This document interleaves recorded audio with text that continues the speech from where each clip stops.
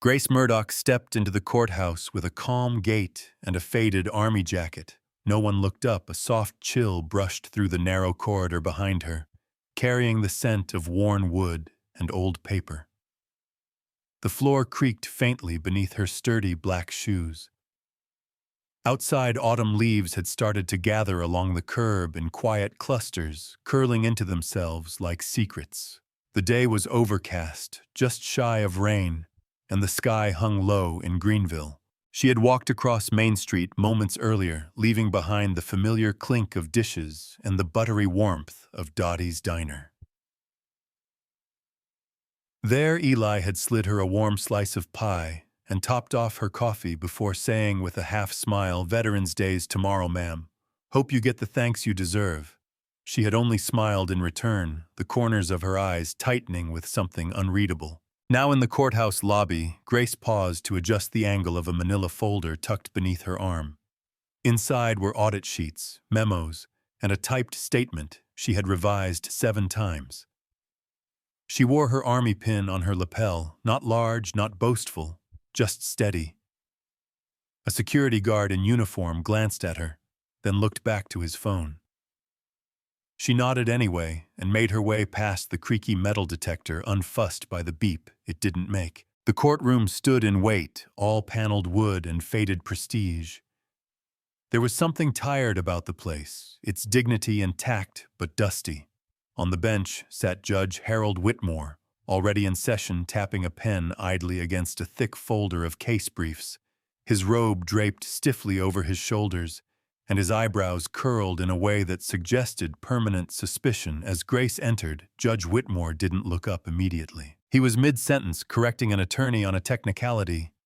But when she took a seat at the witness row, his glance swept toward her like a breeze turning toward the smell of smoke. He frowned. "Great," he muttered, just loud enough for those nearby to hear. "Another folder-waving patriot." A chuckle leaked from one of the back pews, just one unsure of itself. Grace folded her hands calmly on top of the file. At the clerk's table, Julia Fenn, a young woman in a cardigan, 2 sizes too big, and glasses that slid often down her nose, caught the judge's tone and flinched. She reached for the folder Grace had submitted earlier and held it halfway, as if waiting for approval to exist. Her fingers were pale at the knuckles. She glanced at Grace and their eyes met. Julia offered the smallest nod, before looking down again. David Tran, seated beside the defense team, recognized Grace instantly. He hadn't expected her not in person. Years ago, she had instructed his ROTC unit during summer camp. Firm, precise, never unkind. He adjusted his tie, glanced toward her and gave a nod. She returned it, barely. Church bells rang somewhere beyond the courthouse walls, muffled and sweet.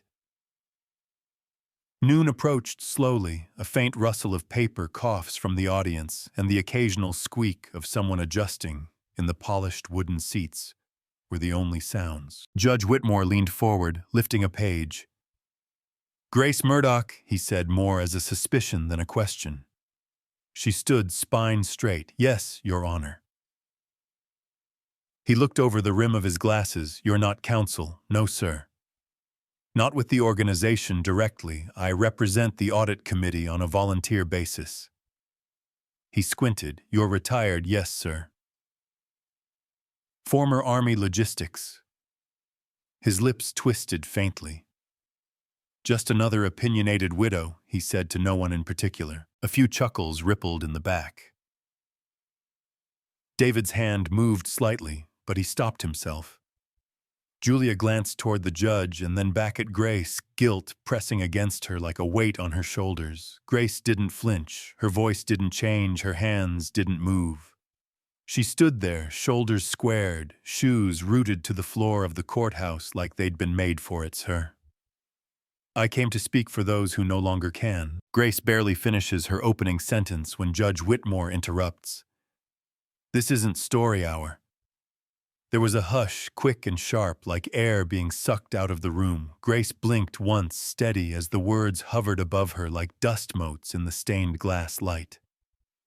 Her papers lay unfolded in front of her, the first page of the financial audit marked neatly with a yellow tab. She had begun with a straightforward line: "The audit of the Veterans Assistance and Recovery Fund shows all incoming donations accounted for." And then the gavel snapped, not with force but with dismissal. The room was still warm from earlier bodies, the ceiling fan clicking softly as it pushed the air around with indifferent rhythm. Somewhere near the wall, someone cleared their throat. Grace could feel the weight of eyes, some curious, some irritated, a few indifferent. None of them had expected her to speak, and fewer had expected her to continue. She didn't, not yet. Eli's voice echoed faintly in her mind, like a breeze from memory. They forget fast, but sometimes they remember just in time. Judge Whitmore leaned forward, his robe creasing with age. "Ms. Murdoch," I said, "this isn't story hour. If you're not here in a legal capacity, your statements fall outside admissible record." Grace nodded once.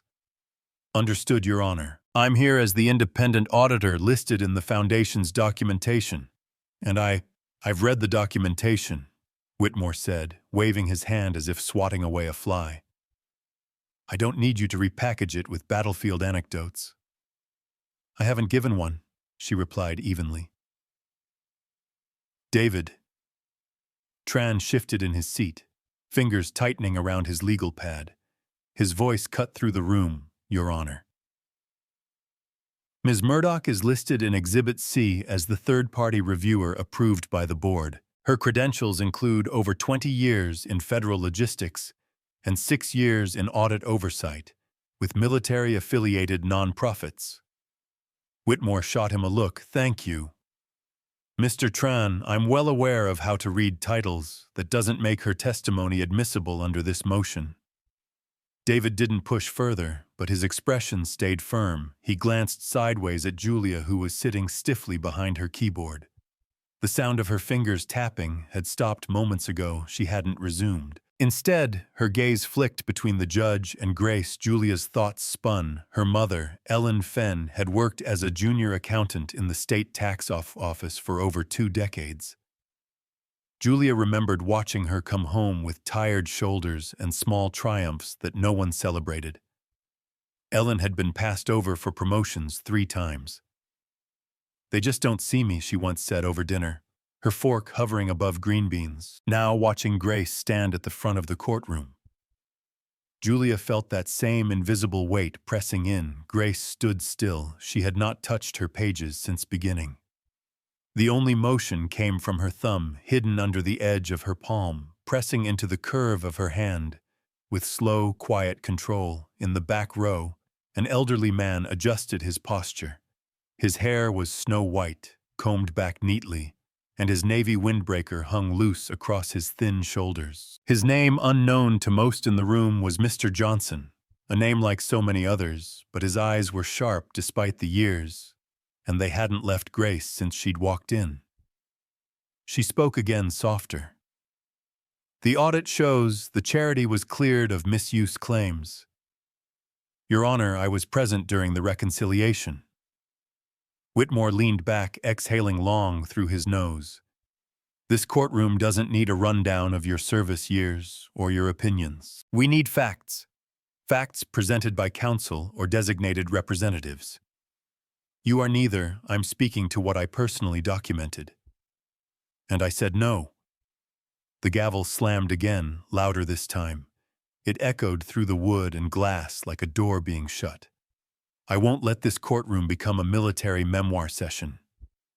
"You're dismissed." There was a ripple, a barely audible reaction from the benches behind her.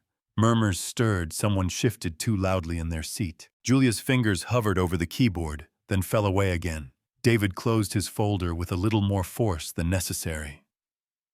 Grace did not argue. She gathered the pages gently, aligning their corners, then rested her hands on top. Her thumb stopped moving. From the back, a man's voice, clear and quiet. "She's the one who rerouted the convoy in Saigon, isn't she?" The doors creak open, revealing a tall man in dress blues, his silver hair catching the sun, heads turned almost in unison. The late morning light framed him like something carved from marble. General Richard B. Hale, his uniform impeccable, his chest adorned with service ribbons that told a quiet, terrifying truth about what he'd lived through. The air shifted. A few spectators instinctively straightened in their seats. Even those who didn't recognize him by name seemed to feel the weight of someone who had earned silence without asking for it. Julia Fenn, seated behind her keyboard, sucked in a quiet breath. She had just whispered to David not 10 minutes earlier.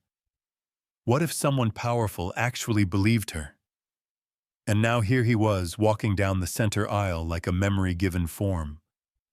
The wood-paneled courtroom seemed to fold in around the moment. Outside, the distant sound of a marching band warming up for the Veterans Day parade drifted faintly through the tall windows. Sunlight streaked across the floor in soft gold, landing on the brass buttons of the general's jacket as he came to a stop. He didn't speak at first. He stood stock still, 2 feet from Grace Murdoch, who remained at the front of the room, her posture unchanging. She didn't recognize him immediately. She didn't move, but her eyes flicked up to meet his. Then he raised his right hand in a sharp, flawless salute.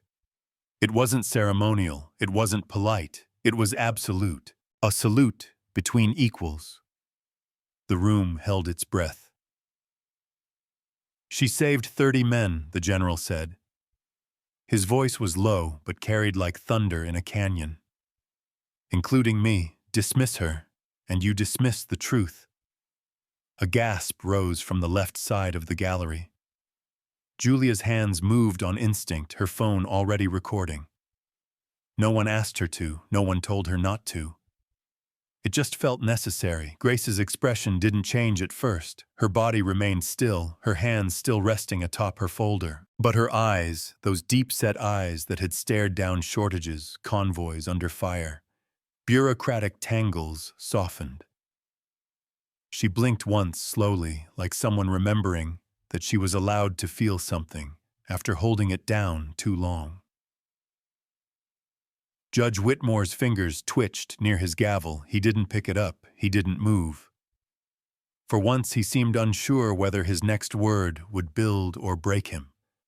David turned slightly in his seat, caught Julia's eye, and saw tears brimming in hers. He wasn't far behind. There were people in that room who'd only ever seen generals in textbooks, and now one stood giving honor to a woman they'd just watched be dismissed. From the benches near the back, a teenager wearing a high school civics badge leaned toward a friend and whispered, "She's a hero." No one answered. No one needed to. The general turned then slowly toward the bench. His gaze bore into Judge Whitmore. Not angry, but heavy, like the weight of consequence. "You dismissed her as just a woman." The general's voice did not rise. It didn't need to. "You were wrong." The courtroom was stunned. Silent. Julia's video uploads to social media. Within minutes, the first comment appears that salute just shook the system. Within an hour, the clip of a decorated general saluting an elderly woman racks up thousands of views, and the courthouse is surrounded by reporters. The afternoon sun fell gently across Greenville's Main Street, gilding the tops of red and gold leaves that swirled at the edges of the square. Banners for Veterans Day fluttered from lampposts, and the faint scent of cinnamon drifted from the bakery across the street, where someone had just pulled fresh apple pies from the oven. The courthouse, quiet hours before, now buzzed with camera shutters, murmuring clusters of townspeople and students craning to see something important. Julia Fenn stood on the front steps, her phone still in hand, the small screen displaying a view count that kept jumping higher, 104,000. She hadn't expected this when she hit upload, hadn't even planned to keep the recording, just did what felt right when the general saluted.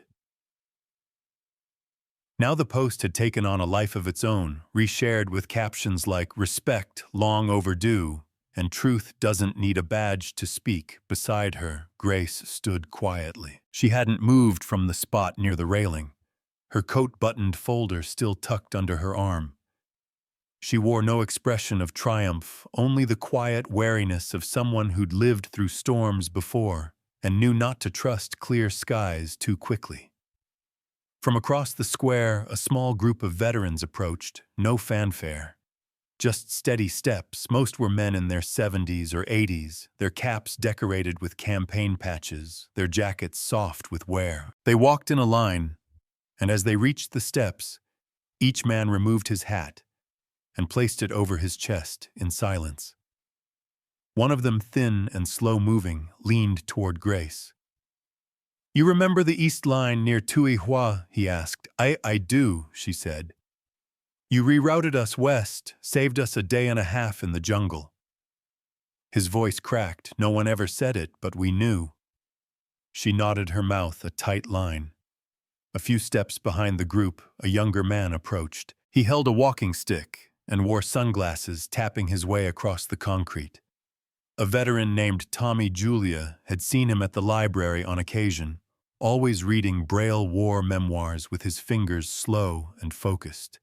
"Is she here?" he asked softly. "I'm Grace," she replied, stepping forward. Tommy held out his hand, and she clasped it. "Truck 3, he said. "Vietnam, you rerouted that convoy." "We would have been lost, otherwise." Grace didn't speak. Her hand just tightened slightly around his inside the courthouse. Judge Whitmore sat behind his bench, watching the scene unfold through the tall windows. He tried to reconvene the session, his voice crisp. "Let's proceed with the witness list." But no one moved with the same deference as before. The air had shifted. Eyes no longer turned to him for instruction. They looked toward the woman on the steps. David Tran stepped forward from the defense table, voice steady. "Your Honor, given recent public and official attention, we request that Ms. Murdoch's full statement be entered into record. Uninterrupted public documentation confirms her audit role. Her words are part of the case." Whitmore opened his mouth, then closed it again. He reached for his gavel, fingers grazing the handle, but he didn't lift it. He stared out the window instead. Outside, a group of high school students gathered. One of them, a girl with long brown braids and braces, climbed a step toward Grace and pressed a folded piece of paper into her hands. Grace unfolded it. Inside was a crayon drawing of a flag, uneven but proud, the words written in thick pencil. "Thank you for fighting for us." Even now, Grace blinked hard and looked down at the girl, who simply smiled and ran back to her friends. Julia, standing beside her, adjusted her posture. She hadn't realized until now that she'd positioned herself half a step behind Grace, like she was shielding her from the flashes, or maybe standing in quiet solidarity. One reporter shouted a question. Another snapped a photo. Julia didn't flinch. She remained where she was, letting the camera catch what it would, a clerk in her 20s standing shoulder to shoulder with a woman who hadn't asked for cameras. Just then phones buzzed. Heads turned. A push notification appeared across dozens of screens. News alert: federal agencies now reviewing Judge Whitmore's history of bias in similar cases. That evening, Grace sits at her usual booth in Dottie's diner. Only now the place is half full of people whispering her name. The windows had fogged slightly from the warmth inside, contrasting with the cool, leaf-strewn sidewalks of Greenville. Fall clung to the town with a soft persistence. Orange and brown scattered across the pavement. Veterans Day banners fluttering lightly in the breeze. Inside the diner, the overhead lamps glowed gold against the tiled floor, and a slow jazz tune spilled softly from the jukebox in the corner. Mingling with the quiet murmur of voices, Grace sat with her hands wrapped around a chipped white mug of black coffee. Her coat folded beside her, her scarf still looped around her neck. She had chosen her regular booth near the window, but nothing else felt regular about tonight. People glanced her way and looked quickly back. A man by the pie display leaned toward his wife, whispering. Someone in a postal uniform paused near the counter before settling into a seat. David approached the booth with a cautious smile. He held 2 paper slips, order tickets, from the counter, and slid into the seat across from her. "They said it's on the house," he said, placing 1 ticket down. Eli insisted. Grace raised an eyebrow. I didn't order anything. You don't have to, he said. Apparently the pie just finds you now. A waitress arrived with a steaming slice of pecan pie and set it down gently. Greenville owes you a meal or two, she said, smiling shyly. At least Grace nodded, murmured a thank you, and picked up her fork. The pie smelled of brown sugar and butter, warm as memory. David watched her for a moment before speaking. You know, years ago my mom lost the paperwork for my dad's burial benefits. She was too embarrassed to ask anyone for help. She didn't even tell me. Grace looked up. She finally went to the outreach office, said there was a woman there, older. Calm, didn't say much, just listened and made a few calls. 3 weeks later, the check came through. She never forgot that, Sahin. It was the first time she felt seen after he died. Grace tilted her head slightly. I don't remember her, she admitted. I know, he said. That's kind of the point. Grace sat back, pie untouched for a moment. She looked down at her scarf, smoothing a fold near the hem. You don't help for applause, she said quietly. You help because it's needed, David smiled. Tonight, you're getting both. The door chimed. Julia stepped in, her mother beside her. The older woman wore a pale blue sweater and a tired but gracious expression. Julia led her gently toward the booth. This is my mom, she said softly. She wanted to meet you. Grace stood, extending her hand. I was a ledger clerk for the county treasury, Julia's mother said. Back when it was a boys' club, I used to walk into rooms and be mistaken for the secretary. She smiled faintly. You reminded me that quiet doesn't mean invisible. Grace nodded, her voice quiet. Thank you.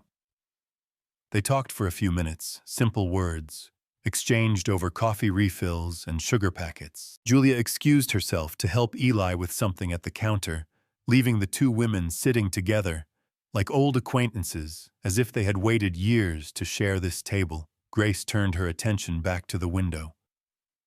The streets outside had emptied slightly.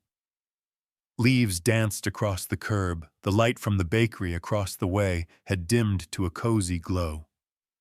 A child sat 2 booths over, scribbling on a kid's menu with a purple crayon, occasionally showing his picture to the waitress.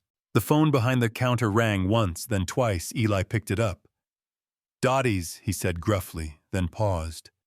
He glanced toward Grace. It's for you. She raised an eyebrow, took the phone with a murmur of thanks. Ms. Murdoch, a deep, familiar voice said, This is General Hale. She straightened slightly. Yes, sir. The president's staff reached out to me. They'd like to nominate you for formal recognition, public recognition. Grace exhaled slowly. I didn't do it alone, she said. And I didn't do it to be remembered. I know, he said. But maybe that's why it matters more. She hesitated, looking down at the slice of pie in front of her. Then she nodded slowly, the phone pressed gently to her ear. If it helps the cause, she said, then yes. She hung up and returned the receiver to Eli, who winked and said nothing. Grace wrapped her scarf a little tighter, not from cold, but from reflection. A few minutes later, the diner door opened once more. A man in a dark coat walked in and handed a sealed envelope to the counter. Delivery for Miss Grace Murdoch, he said, before disappearing into the night. Eli brought it to the table without a word and set it down beside the pie. A sealed letter arrives at the diner. Nomination for Presidential Medal of Freedom. On Veterans Day. Morning the parade begins, but the town's eyes aren't on the flag. They're on Grace. The sun broke clean and clear over Greenville's rooftops, brushing the edges of Main Street with gold. It was the kind of November morning that held no bitterness, just a crisp 55 degrees and the scent of maple leaves and distant cinnamon. Flags lined the balconies above storefronts, their red, white, and blue swaying softly.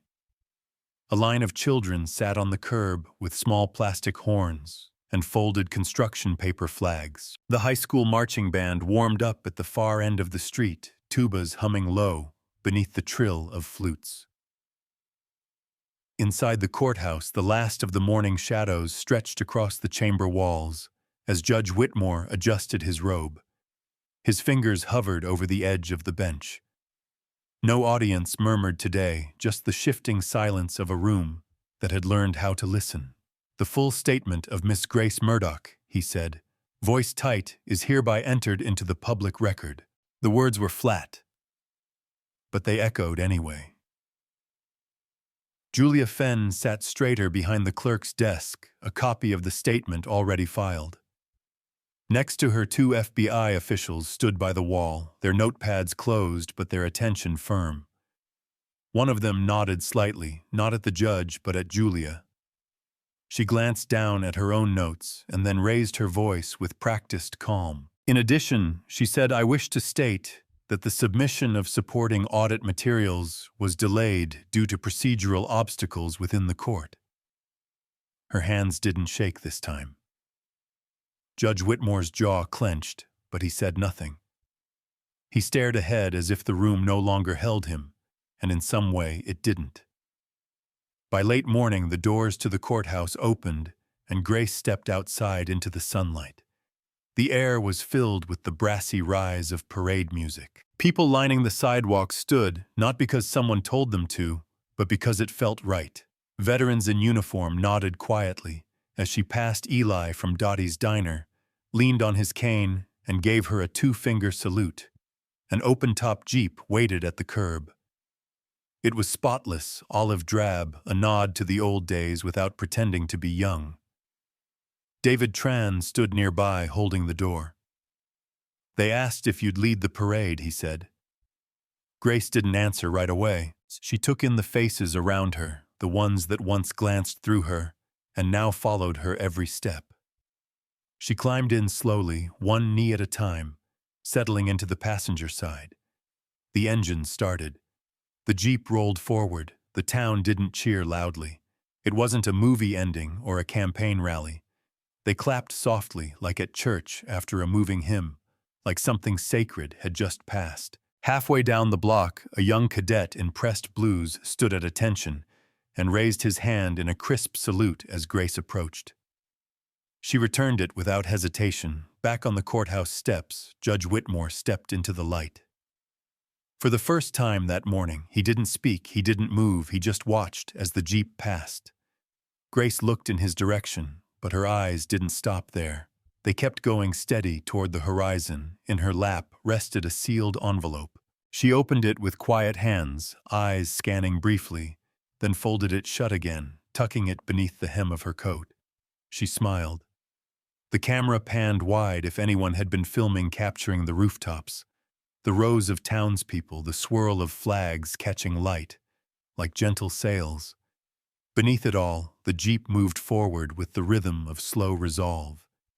She didn't need a podium, she had the people. On a morning meant for parades and patriotism, the quiet dignity of one woman spoke louder than the marching band ever could. Grace Murdoch never asked for applause yet. Her presence reminded a town and a nation that courage often comes wrapped in silence and service. Sometimes the most powerful voices are those that speak only when needed, carrying with them the weight of truth and the light of decency. Like a porch lamp glowing through fog, kindness left unnoticed still guides us home. And if this story has stirred something within you, perhaps today is the day to look twice before judging, and once more before turning away.